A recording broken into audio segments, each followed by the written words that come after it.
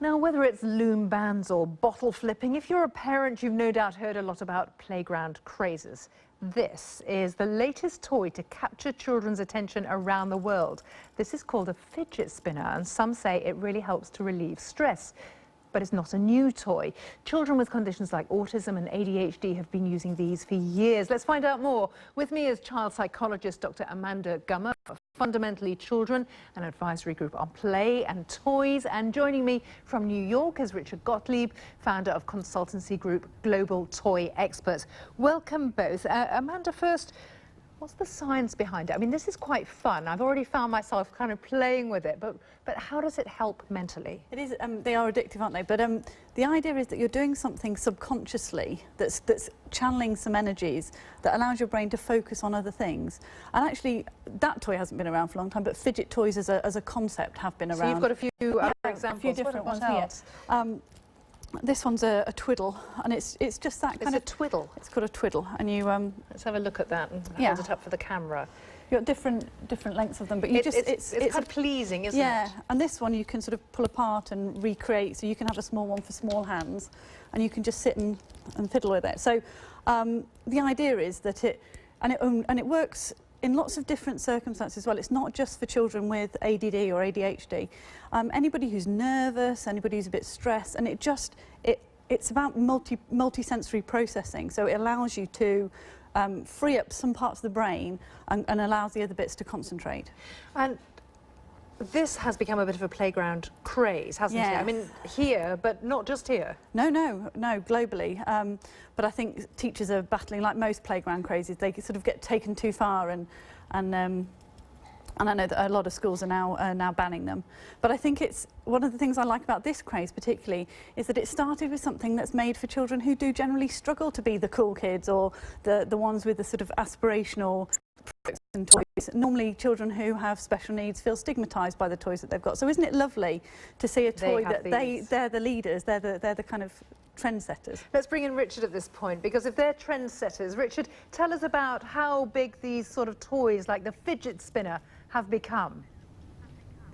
Well, it's one of these fads that we get periodically in the toy industry, and they explode virally.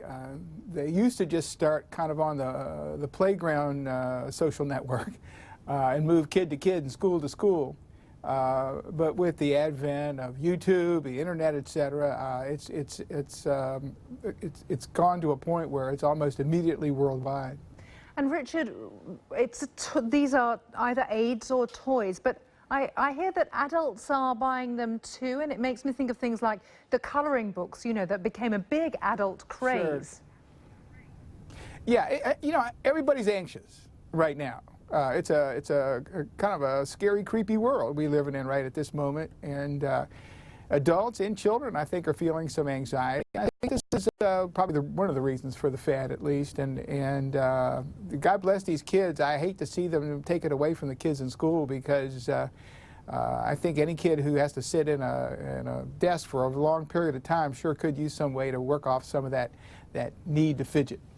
But Amanda, you were saying some schools already are banning them. And you know, just holding this up in the newsroom this morning, I heard from people saying, I've just seen it, my kid loves it, oh, it's banned. Yeah. And you can understand a teacher's point of view in a classroom of 30 kids with those all going round, which is drive you mad, couldn't it? Absolutely. And the thing with these, one of the crazes, is that kids do tricks with them. So they move on from being a fidget toy that helps people concentrate to a toy that, you know, children are playing with and using for tricks. So I think that's where the teachers have said, okay, enough's enough. But that point that Richard just made about it is a very stressful time, and maybe with, you know, all the kids are on WhatsApp or Twitter or whatever as well, there's more white noise in children's lives. There is, and that's why things like this, I think, are growing in popularity, and techniques like the colouring books and even plasticine. That was probably the original fidget toy, you know, something to play with, to take your mind off other stuff and allow you a bit of space in your head. Richard, how easy is it to get hold of these?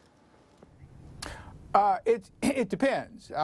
Like any fad in the toy industry, we find there's a sudden explosion of demand, and then the toy companies try to catch up. And when you have products that are made on the other side of the world, primarily in China, you can talk 30 to 60 days before you can get product into the marketplace to be fulfilled it's already sold unless maybe you air freight it in. So it's there, but there is scarcity at this time. But of course, with every fad we have, it eventually turns into glut. That's right, that's right. That is a big lead time, though. Just a quick thought from both of you. I don't want to do any particular brand advertising here, but what do you think might be the next big thing, you know, as a concept? Is there anything else like this coming up? Certainly, probably, but I haven't seen it yet. All right, Richard, thank you for your honesty. What do you think? There is always something else, isn't there? There is also stuff around the corner, but if we could all predict the next big craze, we'd be millionaires. We would, wouldn't we? Absolutely. Thank you both very much for joining the conversation. I will put these down now.